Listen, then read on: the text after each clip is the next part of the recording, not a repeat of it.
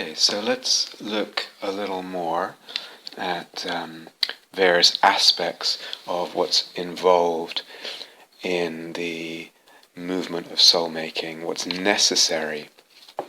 Let's look at what's necessary for some of what's necessary for the eros-psyche-logos dynamic to unfold and have its range and its process, and correspondingly how that movement and that expansion and deepening and widening can be stifled or blocked or diverted, how the movement of Eros can be diverted. And again, why so much? Why are we circling around this, weaving in and out of this so much? This whole business about the soul-making dynamic and the idea of eros-psyche-logos being stimulated by Eros.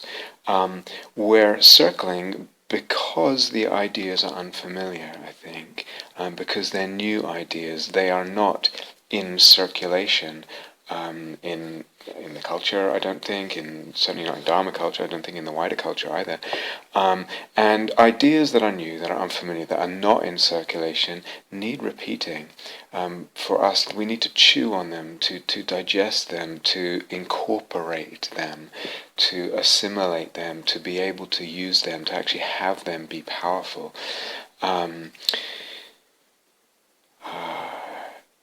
So they need that circling, they need the circulation of our reflection in our lives. So not just abstract intellectual reflection, there's a level of that, but actually reflection in our lives, so we actually use them, implement them, bring them to bear on our experience in life, in relationship, on the meditation cushion, in relationship with everything, with nature, with whatever we love, etc.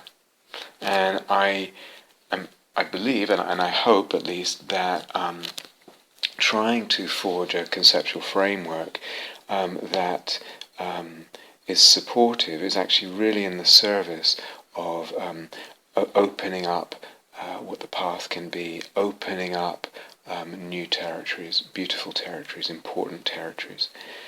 All that is served by having a powerful conceptual framework as part of the process. So when we talked about we gave the sort of small, loose definition, provisional definition of Eros, we said it was a desire to connect, to touch, to contact more. And we can very easily assume that there's a limit implicit in touching. Once you've touched, you've touched. You can touch for longer, but once you've touched, you've touched. Once you've touched a whole body or a whole object, you've touched it. Once you've connected, you've connected. And once you contact, you've contacted. So we can easily assume that there's a limit implicit in that. But actually, what we're saying now is that it's open-ended. So the words touch, connect, contact, certainly words like penetrate, is open-ended. There's no limit to that penetration necessarily at all. Or open or receive the beloved other, open to and receive the beloved other. There's no limit to the opening and to the receiving, or know them, or want to know them more, know this more, this beloved object, this beloved other. There's no limit to these, the penetration, the depth of penetration, the scope of and depth of opening and receiving and knowing. So using those words but not implying a limit, because we're saying that in the process of Eros stimulating and igniting the eros-psyche-logos dynamic, the mutual expansion, mutual fertilization, etc., the sense of self, the imaginal self and the imaginal other grow, they expand, they get deeper, they get richer, more complicated, more potentially at least. So because both the subject who opens and receives and the object or the other, the beloved other, the erotic object that is penetrated or open to both the subject and the self and the other grow, potentially, there's potentially no limit to how much penetration, or this process of penetration, of opening, receiving, knowing, touching, connecting, contacting, etc. And if we approach it from the other angle, we could say, so Eros, from what we've said so far, Eros stimulates psyche and logos, the imaginal and the idea, or the concepts involved in the sense of the other, of the beloved other, and also self and all that. Looking at it from the other angle, and just as important and valid, we could say that psyche and logos, image and idea, need to allow Eros's further penetration and opening. They need to allow that more aspect of Eros. So whatever image we have of this erotic object or the other, whatever idea, that image and idea need to allow more penetration, more opening. That they need to allow that movement of Eros. Wherever it's at, that process, it needs to have something that allows more. And if it doesn't need it right now, sooner or later it will need it. So what this implies, again, to state it again, is that the way of looking at images and the way of looking at perceptions is significant. Because either it supports psyche and logos to allow that further penetration, further opening that Eros wants, or it doesn't. Now, actually, to state again, the way we are using the word image already includes a way of looking at it that sees it as imaginal, so that is supportive to a certain extent, or to a certain level, but still that might need to grow. But if we step back a little and just look at this whole notion of ways of looking in relation to soul-making, we can see that certain ways of looking not just limit soul-making, but actually dampen it. They put out the fire of soul-making. They cause that stream to dry up. In a more watery image, they dissipate the imaginal, or dismiss it, or reduce it. They put out the fire of Eros. Certain ways of looking will do that. And among those ways of looking that kind of, if you like, kill soul-making, some of them reduce clinging, and some of them actually increase clinging. Okay, but we can differentiate, if you like, three sort of broad directions or kinds of ways of looking, if you like, or views. There is what we might call a group of views that are realist or flatly humanistic, that view their view of something that arises might be, for example, that this is a result of, or this is representing something that happened in my childhood, or it's representing a faculty of my mind, a component, in reducing it in those ways, or even more, this is just a result of random neuronal firings, etc. So there's a way that the human being is reduced to a sort of flat, kind of modernist, humanist version of what a human being is there, and that will not support soul-making. That kind of view, and the realist, flatly humanist view, will not support soul-making. Second group of ways of looking is ways of looking that actually fabricate less, that lead to less fabrication than the usual state of consciousness. So this could be just a little less fabrication. So what we usually call mindfulness, in the traditional sense of the word, is relatively speaking a degree, a modicum of less fabrication than usual, or bare attention, or whatever. And then there are other ways of looking which actually fabricate much less than the usual state of consciousness, much less than bare attention or mindfulness. And we've touched on those before, and they can take you into jhanas or deep states of oneness, and eventually even transcending of all perception, all conventional experience in knowing and opening to the unfabricated, to non-fabrication. But there's a group of ways of looking that actually decrease fabrication, a second group. And a third group we could call ways of looking that are soul-making, the soul-making perspectives, where there isn't this reduction going on. We are not reducing the image or the imaginal perception of something, and neither are we dissolving it by fabricating perception less. So we're not blurring out into a kind of oneness of white light or deep unfabrication or something like that, nor are we just reducing this thing in some kind of psychological explanation or biological explanation or whatever it is. So 3 groups of ways of looking. Actually, and we'll return to this because it's not that simple, actually the relation to this process of unfabrication, our relationship to it, and our conceptual framework of what's happening as we engage ways of looking that fabricate less. So the relation to that whole process of fabricating less and the conceptual framework of it can actually become soul-making through the relationship with that and through the idea we have of it. We will return to that, but just to say it's not so simple, the divisions between these 3 ways of looking. But broadly speaking, we can delineate 3.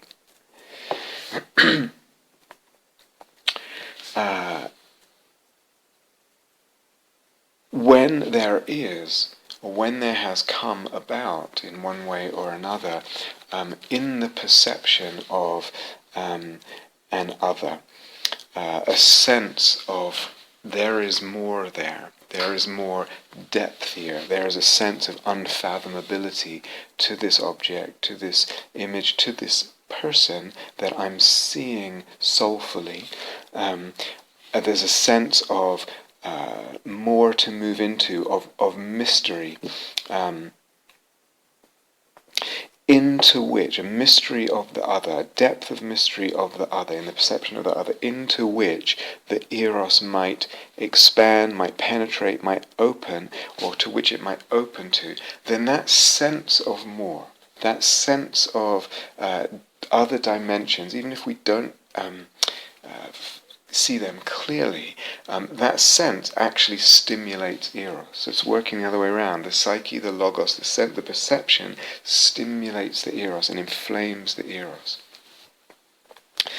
And what happens there, and again, if you really enter into imaginal practice, and whether it's with, so to speak, purely intrapsychic images, or again with someone or something of nature or some person in your life that actually is alive to you as image in this soul-making, soulful, beautiful ways, then we get the sense that that other, that object, if you like, contains a multiplicity of images. Some of them will be clearly perceived, maybe right now, or maybe we know them from before, with our history, with working with this object, this person, this image. And some are kind of intuited. You can feel them there. You can sense the presence of other images within this figure, within this person, within your perception of them. But they're not yet known. They remain sort of presences intuited, but vaguely intuited, but not known. And with that, there's a sense of this inexhaustible mystery that can arise, that the depth of soul in this person that I'm beholding, the depth of soul I'm beholding in this person, or in this thing, or in nature. It's like nature in soul. Nature has this inexhaustible unfathomability, the levels of mystery to it, and always then sometimes the intuition, the intimation is that always the unknown is greater than the known. There's always more to discover because of the we've learnt about this infinity of the potential limitlessness of this process, and so one can actually palpably feel or palpably perceive a sense of the dimensions and the faces that are not yet known to me, not yet clearly perceived to me, will always, so to speak, outnumber the ones that are known, that have been beautiful and soul-making to me so far. That sense of inexhaustible mystery stimulates the eros, is itself soul-making. So we can say that eros requires an image, but it also maybe requires, if you like, a region of what is as yet unknown. So this sense of territory it can move into, of a landscape of soul, a world of soul, into which eros or our souls can move, so to speak, as we penetrate the other, or to which we can open. So it needs the image, but also the sense of the mystery, the as yet unknown, in the image, with the image. And we could even say that the eros generates this very perception, stimulates the image and stimulates the sense of some territory beyond, this pathos generating a beyond, if you like, that it can then enter this soul territory, penetrate, open to. Now this infinity, this inexhaustible mystery, it might be, excuse me, of a kind of universal nature, as we've touched on before, very common ones, a universal love, and the infinity of that, or the universality of awareness, or even the unfabricated. And sometimes you can actually get the sense of that shining through, or everything, if you like, embodying that in a mysterious way. But the inexhaustibility that we're talking about here predominantly, or rather in addition to those kinds of inexhaustibility that are universal, so this universal awareness shining through is the same in everything, or the universal love, it's pervasive in the same of everything. So this person that I'm beholding is not any different in the way that they express that. They are that. That's the essence of everything. When we're talking about, in addition to that kind of perception of mystery, of unfathomability, and that kind of infinity, there's a different kind of infinity that comes about through this, what we've been calling the vertical spectrum of the imaginal, the sense of these dimensions, if you like, inhering or contained in the beloved other. There is an infinite fecundity, an infinite, if you like, number of theophanies in the particulars of that soul that we're perceiving, of that object that we're perceiving, the infinite fecundity of soul, of theophany, through the particulars. Another way of saying all this, because it's all connected, is that eros generates this very sense, and then falls in love with it, moves into it, and feels it.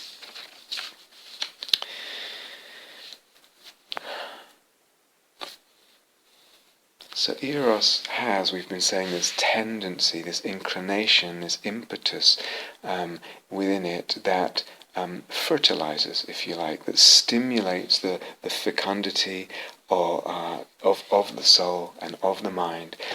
Eros is a cosmogonos, we said, gives rise to more perception of the other dimensions of perception, richnesses, complications, depths and breadths. So in the expansion of the eros-psyche-logos, there is this birthing of cosmoses, if you like. Eros, in this process, this soul-making dynamic, creates or fabricates or discovers, if you like, both, more psyche, more image. The there's an increase in the range of images within this object and more generally, and the perceived facets and dimensions of things, especially the beloved. More mystery and a sense of depth and dimensionality, etc. So let's talk a bit about the logos aspect and the necessity of how that grows, or the necessity of that stretching and growing, or how it can get limited, or in other words, when it supports the eros-psyche-logos dynamic, and when it actually inhibits it through it itself being limited, or constrained, or too rigid. So remember, when we're talking about logos or concept, we're not always talking about something conscious, or something even involving actual thought in the mind. It's often operating at a level that's what we might call unconscious. We're not aware of the view, the conceptions that are operating. They're subliminal. Usually they're based on assumptions that unwittingly we've absorbed, usually from the culture or some subculture that we're moving in. So logos has a broad range. It can involve thinking, an elaborate conceptual framework thought out, but a lot of the time it doesn't involve that at all. We're really talking about something very subtle, woven into perception, of which we're rarely conscious, and rarely have we actually figured out for ourselves and arrived at by ourselves. More we've just been indoctrinated or absorbed it. But when the logos, the concept, the idea of something is too narrow or fixed, and it can be in many kinds of ways, as we'll explore. But for example, one idea is just believing rigidly in a materialist view of things, a physicalist view of things, that things are essentially just matter. Personality, consciousness arises out of that, out of the genetic makeup and the neuronal makeup and the conditioning from the culture affecting the flow of neurons, etc. And matter is just matter. These things, trees, etc., or inanimate things are just matter. It's a fundamentally materialist view. Then such a view, if it's too tight and too rigidly adhered to, too fixed, it will actually kind of prevent the imaginal level from kind of blossoming. It will prevent this fertility of dimensions being perceived and born there. Maybe something wants to arise, but it just gets dismissed because the view is, well, that's not reality. The thing is just X. And this all might be, barely conscious. It's just material. So any view I have, or any sense I might have of something else, just gets kind of aborted immediately, or even before it reaches any kind of birth. And then, if there's eros, and eros wants more always, we said that more, because there's only really one dimension operating there. The logos only allows one dimension. That dimension is the material. That's the only reality. So the more that eros wants, as we said in its basic definition, a simple definition, the more is forced. It's forced to look for that more, find that more, only at that one dimension of the material. It's constrained to that one material dimension. And so it must go, for example, to something physical. Where else could it go? Some physical act. And in the realm of sexuality, it must go to the physical act. Or maybe something else. I need to buy something and make it material, or get more of this or that.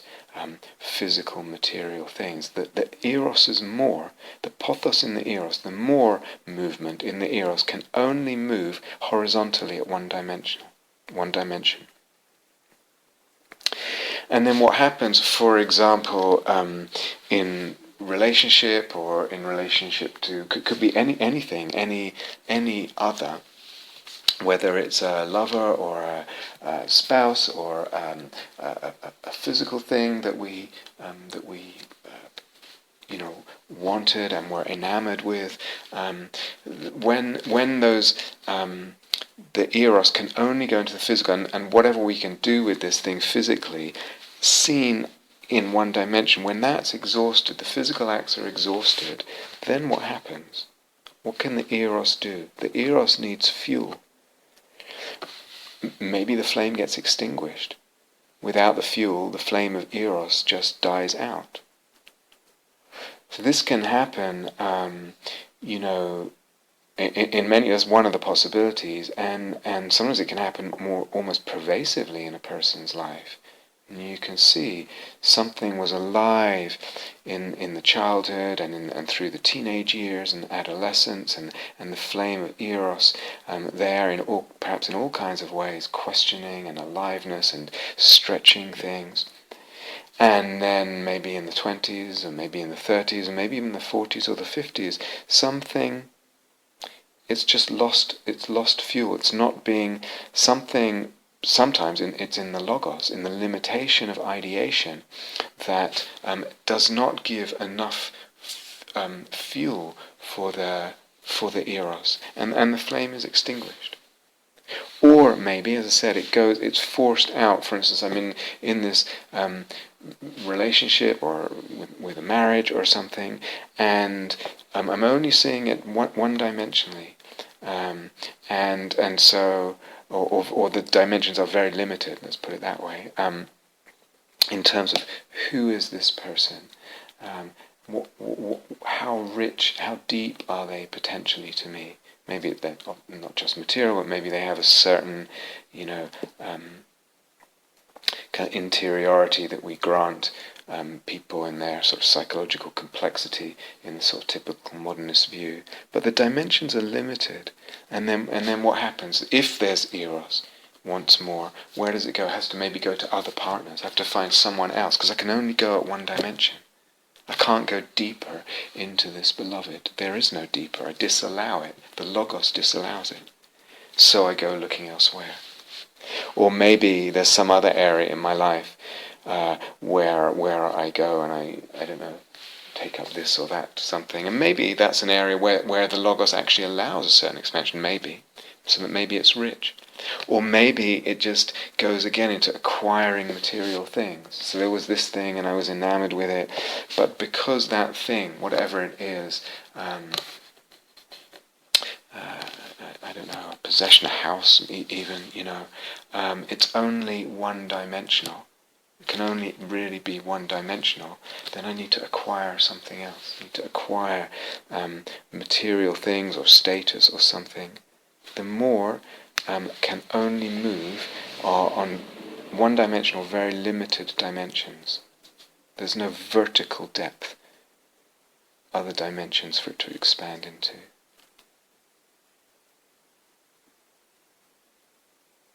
Now I wonder about something, just thinking about it, so I wonder about something like pornography or pornography addiction and stuff like that. I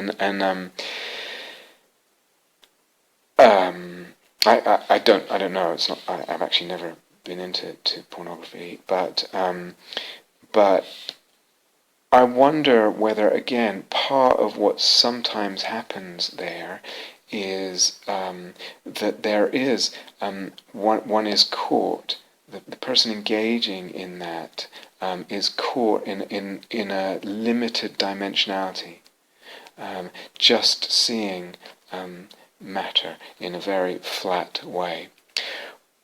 Or perhaps there's a split between where other dimensions are alive in their life, and there's a sort of spirituality, but there's a split between spirituality and sexuality, so that in relation to sexuality, it's not spiritual. It doesn't have the possibility of feeling, sensing, perceiving, knowing, conceiving other dimensions within sexuality. So there's a split.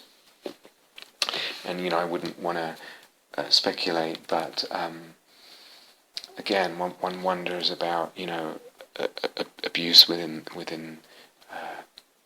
the church and the clergy, where people are sometimes spiritual teachings that do divorce the sexual from the spiritual in ways that don't allow a dimensionality in relation to sexuality, or the person just has a materialistic view in the first place, a one-dimensional view.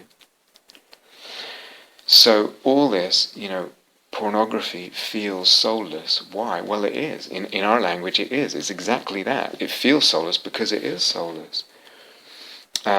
Meaning there's no possibility there for the imaginal. There's lots of possibility for the imaginary, but no possibility for the imaginal, for the sense of dimensionality, of depth, of mystery in the body, in the beauty, in the sexuality, etc. There is really an objectification in the sense of narrowing down this or that object or other to just one dimension. There is an absence of soul, a poverty of psyche, a poverty of image. And when that's the case, then we get what we might call greed. It's got nowhere to move, no depth in which to move. It may, again, I don't know, and part of this is just kind of wondering out loud, but it may be that someone who's into pornography, that there isn't an absence of metta there. So I'm thinking of actually two people, students who shared with me their what they would term pornography addiction, and both of them had quite a degree of kindness and metta.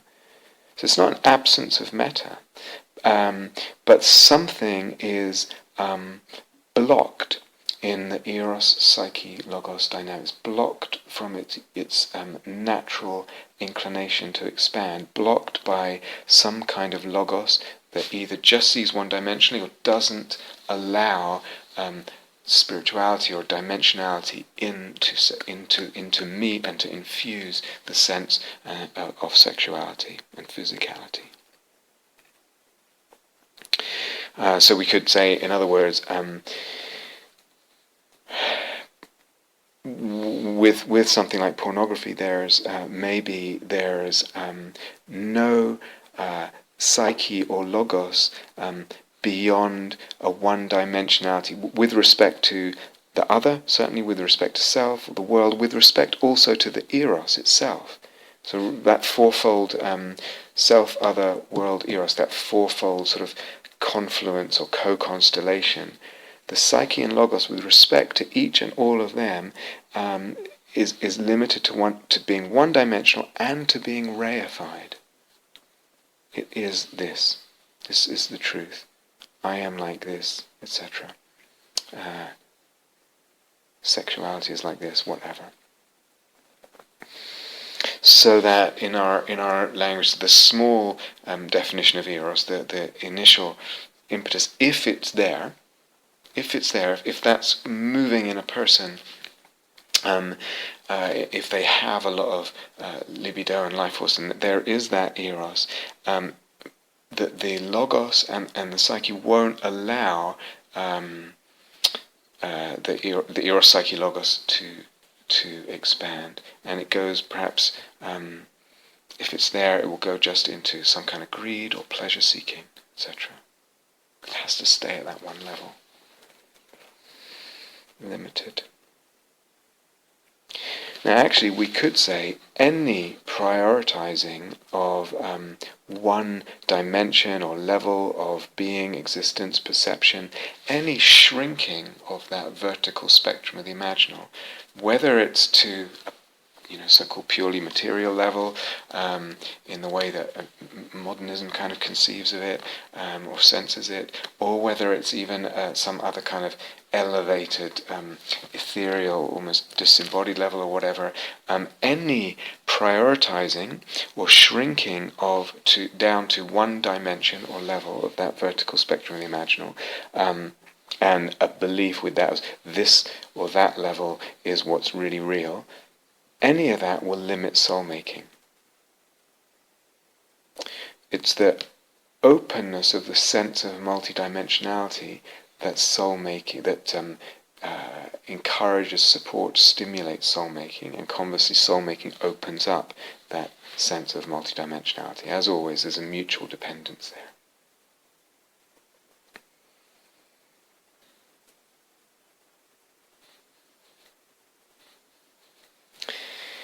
I think as we're talking, and I think I might have said this before, we can get the sense that eros, psyche, logos, we can talk of them as if they're three almost like separate things that come into interaction and mutual insemination, etc.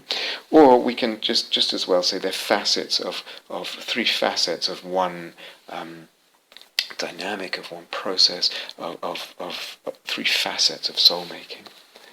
And this soul-making can be, and these three facets, they can be open and creative, or any of those three, the eros, the psyche-logos, could be constricted somehow, and then when any of them is constricted anyhow, it can hinder or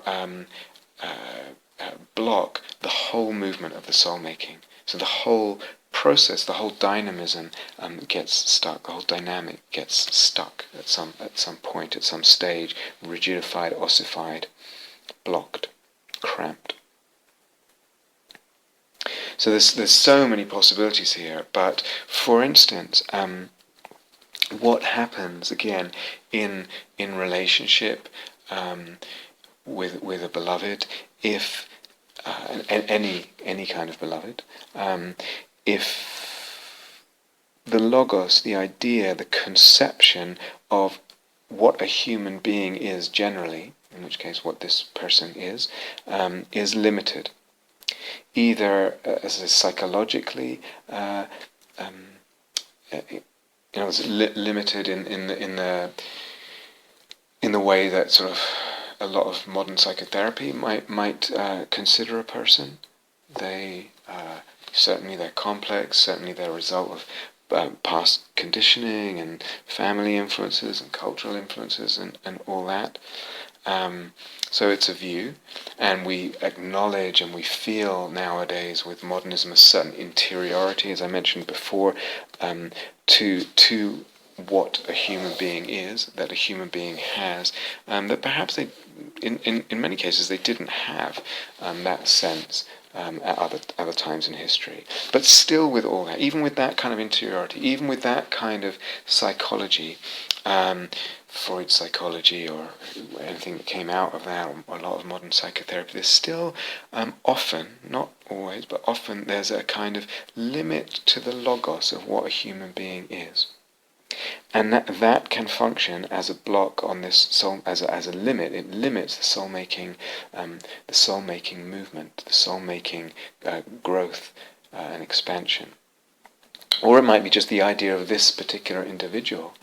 I have a limited, fixed idea of who or how they are.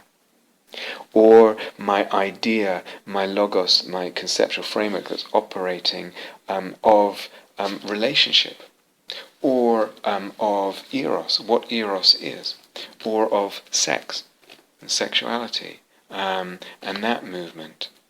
I have a limited idea. I say it's just even whatever it is. Might be sex is actually one of these students who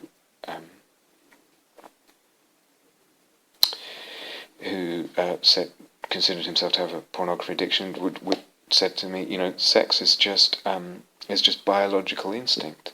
It's just biological instinct. It's a certain limited logos of what sex is.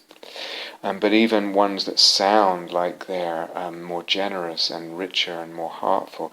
Sex is the expression of love, or the sexual impulse is a spiritual impulse towards union. All of them may have some validity, but when it's limited in that way, that too can function. That limited idea is a limited logos. Or in relation to, and that will limit the soul-making possible. Or in relation to sex, this is how it should be. Some idea of how sex should be, which would include then a clinging to an idea or an image, a self-image of the psyche there, of my sexuality, like how I am sexually, my sexual identity, and that maybe have got narrowed down or rigidified in all kinds of ways along character or performance or all kinds of stuff. But there, the logos or the image, the psyche, in regard to my sexuality has become rigid or limited or both. And then again, the eros actually is hindered. The eros in its wish to expand actually gets hindered, blocked.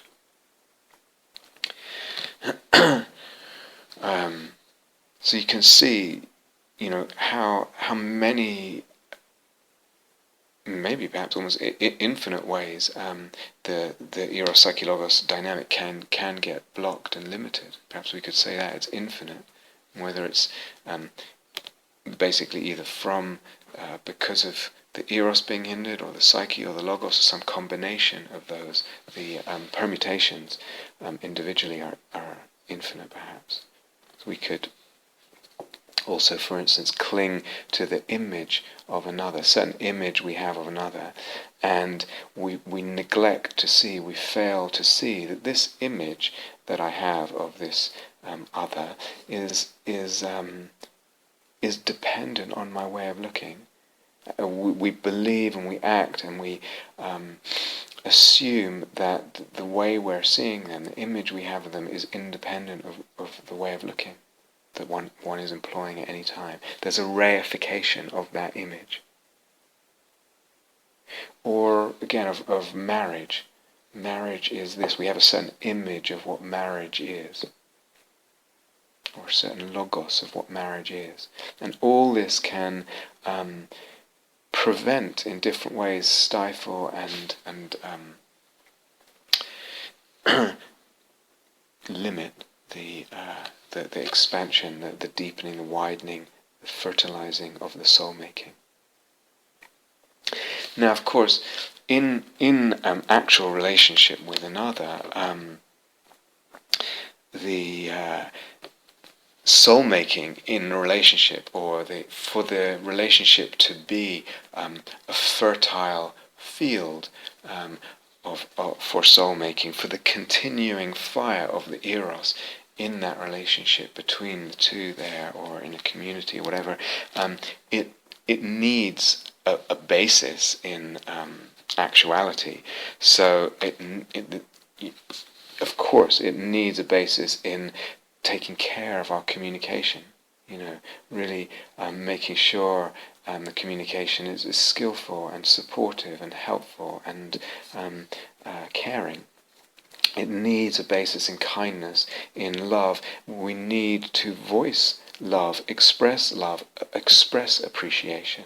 And without that kind of basis, the soul-making dynamic will founder. It won't have enough basis. I mean, generally speaking, again, it will be limited without that basis in kind of at another level, if you like. But sometimes other things happen in relationship, or are blocked in relationship. Sometimes the eros of one partner is it has a depth to it and a fire to it that is not matched by the other. Has an aliveness to it that isn't, and a range to it that's not matched by the other partner. The spark and the fullness of the eros either is just inherently not matched. They're just different personalities. Or in one of the partners, the eros is blocked. So it's actually there somehow, but for different reasons, can be very complex, and the eros is actually blocked. So one partner is actually, their eros is flowing and the flame is burning and very alive, and the other it's just not, and there's a mismatch. And sometimes what happens is the logoi and the logos and the psyche, the ideation, the concepts and the images that perhaps were shared, the ideas about life, about relationship, about being, the ideas and images that were shared no longer overlap. Or perhaps there isn't enough overlap to start with, and so there's not enough fuel for the mutual eros to burn. It can't really go anywhere with that. So the eros again gets limited, gets stifled, doesn't have the opportunity to grow. Or, again, for really for all kinds of reasons, something in him, something in her, in the relationship.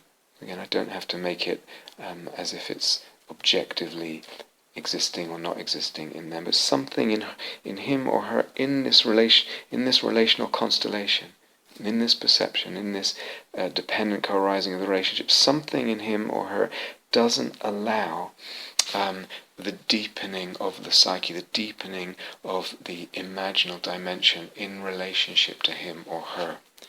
They can no longer, there's a limit to how my sense of their soul doesn't open into more mystery, more dimensionality, more depth. And it's complex.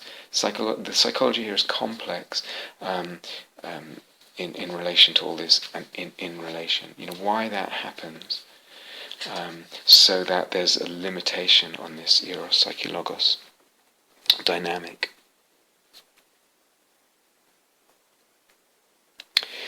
Let's make it clear, when we talk about logos, when we talk about ideas or concepts, by nature, their nature is to limit. They define and delineate. That's the nature of ideas.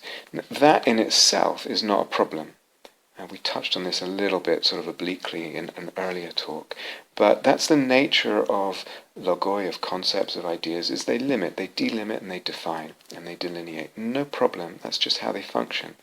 The problem, from a soul-making perspective, is when the limit of a logos is reached with respect to the sense of the other, with respect to the idea of the other, of self, of world, of humans in general, of the soul, of psyche, of eros itself, of divinity. With respect to any of that, when a certain logos that's in place, when the limit of that is reached, and it doesn't allow the ongoing expansion or deepening of the soul-making dynamic, and when the limit is inflexible, so it reaches just like hitting a wall, and the wall will not shatter because it's just entrenched, this idea, whatever this idea is, and it won't stretch, so that it won't stretch or shatter to allow more space or more territory for the play of this dynamic of eros, psyche-logos, playing together, this soul-making fecundity and fertilization. There's just something wants to expand, but the limit is reached. So it's not the fact that ideas, logoi, concepts are limited and limiting by their nature. That's not the problem, because that's always the case. That's how they work, as I said. Really what's at stake here, what the issue is where is the soul's process right now in relation to the limits of the concepts and ideas, the logoi that are in place? Where is my soul-making process at, that intermingling of image and eros and ideation in relation to the limits that are in place of the logos. What is the expanse that's created by my conceptual structure? Do I still have more? Does the soul, if you like, in the soul-making process, still have more room within the limits, the playground created by a certain conceptual structure, or conceptual framework, a certain logos? Or have I already filled it? Has the soul already explored that whole territory, the whole that whole playground, and needs to expand? It wants more, and then more cannot be provided by the limits of that playground. So that's really the question at any moment in time. Not so much even what the logos is, or how it relates to someone else's logos, or anything like that. It's really a question of relative pacing, if you like, of expansion.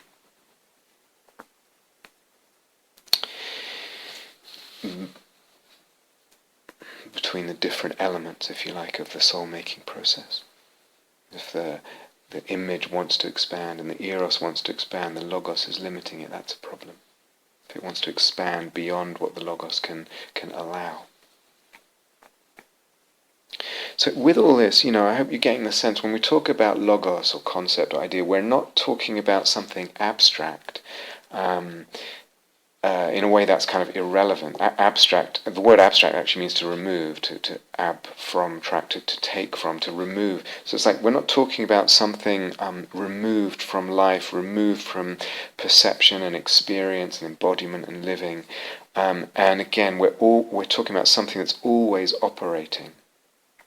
So certainly a concept, an idea, a logos can be abstract, and in terms of practice, when we talk about ways of looking in meditation, whether it's to do with emptiness and independent arising, or whether it's to do with soul making, we need to we're talking about practicing entertaining different concepts, different conceptual structures, different logoi, in ways that actually flow into, actually inform, actually shape a way of looking, so that they can be soul-making. So we're not talking about just thinking something sort of intellectually in a way that doesn't come into the way of looking, in a way that actually affects one's life. So sometimes this is a really important point. Sometimes people don't get the connection here. Why is he talking so much about ideas and that? And actually find it hard to bring an idea into to bear on the actual sensing and seeing and embodiment and life and perception. So we can't just assume that they do, because it might just be we're just entertaining this idea abstract, we're just listening, it's very interesting, fascinating. But it's not actually, we need a way to bring an idea into to the world, to the world that we live, in the way that we live it, to the perception. Ideas are there anyway, as I said. What we're interested in is this flexibility of concepts and ways of looking, and plugging them in, moving between them, in ways that make a difference. So when we talk, really what I mean by all this is not so much the abstract logoi, but the logos, the concepts that are actually lived, that are alive. If they're unconscious, can I make them conscious? And if they're stuck, can I bring in new ones and fresh ones and develop that flexibility? So we're talking about the concepts that are lived, that are alive, that are embodied, and that actually involve and affect the heart and the experience and the perception. Even more than that, I would add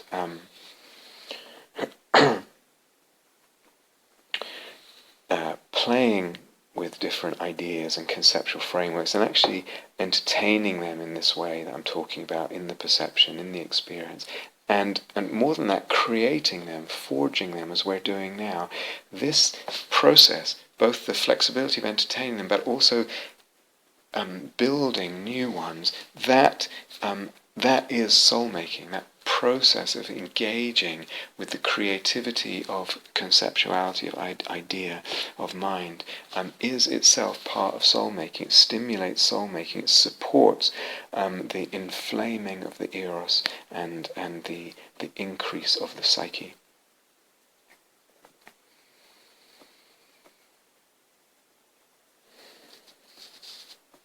And you can see how much ideation comes in to our lives. So, for instance, faith, is a certain ideation, we could say, and the many different kinds here. But for example, in relation to some personal difficulty that's arisen in my life, or that I might be going through, or some pattern I have in the personality that's difficult, or something that befalls my body or me. And the idea, the logos, that it is somehow necessary to soul, it's an idea, or that it somehow has divine roots, that it mirrors something divine. These are ideas. But if I can plug them in, just play with that a little bit, they make the experience rich. They make the personal difficulty, they give it depth and dimensionality. They make it feel necessary. They make it imaginal and eventually divine. So logos affects perception, affects the image, the lived image we have of what we deal with, ourselves and the things that befall us and make ourselves up. And then something interesting, because we talk a lot in the Dharma of relating to this pain or this difficulty or that difficulty with metta. Metta to myself, who has to go through this, has to bear this. Metta even to the phenomenon of the pain. Talked about that on different retreats. But there's a possibility of not just metta, but of eros then in relationship to the difficulty.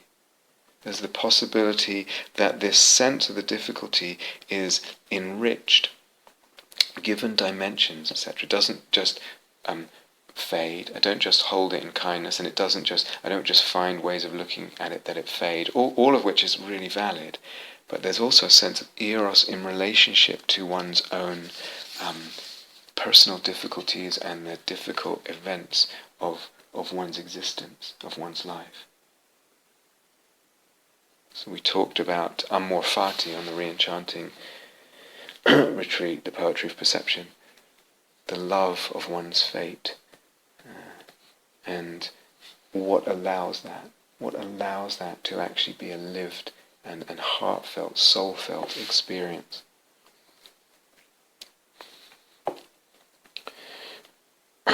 We could say, in relation to anything at all, in relation to anything, a view that reduces it, say psychologically, a view of psychological reduction, won't lead to soul-making, or will lead to very limited kind of soul-making and very limited then expansion of the sense of sacredness in life, but in relation to that thing.